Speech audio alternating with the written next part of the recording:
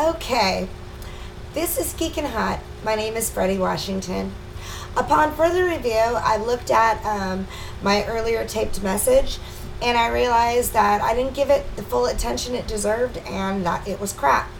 Therefore, here is my new and extended version of Edge of Tomorrow, starring Emily Blunt and Tom Cruise. Here's my review. Edge of Tomorrow is based on a Japanese novel called All You Need Is Kill. Google it.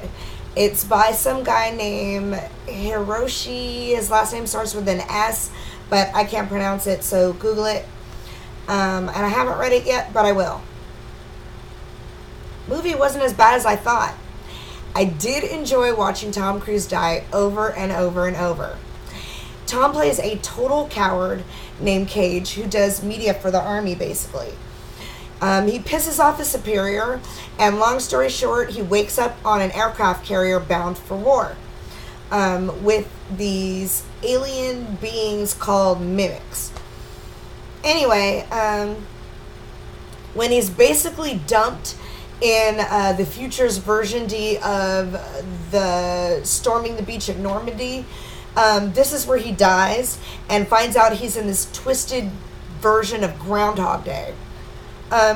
We get to see him try to flee this particular aircraft carrier and the situation on the beach at Normandy in various disastrous ways, with utter and total failure. A particular fun to me was this particular scene in which he was doing push-ups with his unit on the aircraft carrier the day before the battle, and he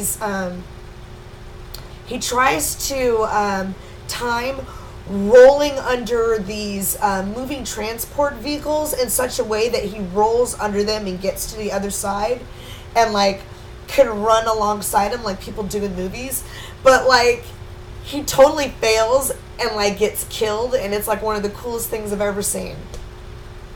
Anyway, there were a bunch of scenes like that where that were kind of funny, where he tries to get out because he's a total and utter craven.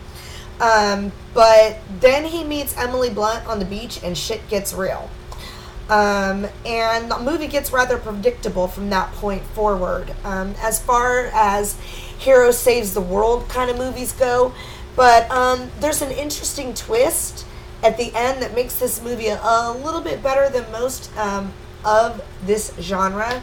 Of particular note is an interesting alien-human symbiosis kind of subplot thing going on throughout the movie, as well as the typical loser falls for sword-wielding, ass-kicking, midriff-bearing superwoman love story going on for the ladies.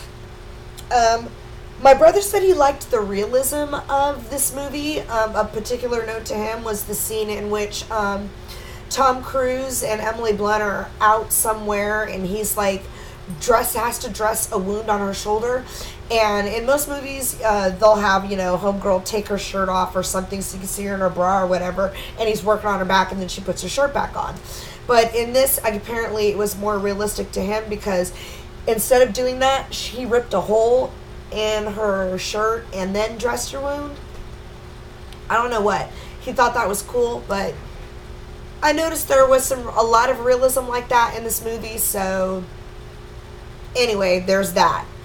The characters were likable. The actors in the movie were decent enough that you do get lost in this world for a time and kind of root for the hero to save the world. It was alright. I give it 3.5 stars out of 5. So that's better, I think. So that's my real review of Edge of Tomorrow, starring Emily Blunt and Tom Cruise. If you don't like it, screw it, because that's my review. Take it or leave it. And more reviews to follow. Anyway, this is Geek and Hot. I'm Freddie Washington, and I'm signing out for the day. Goodbye.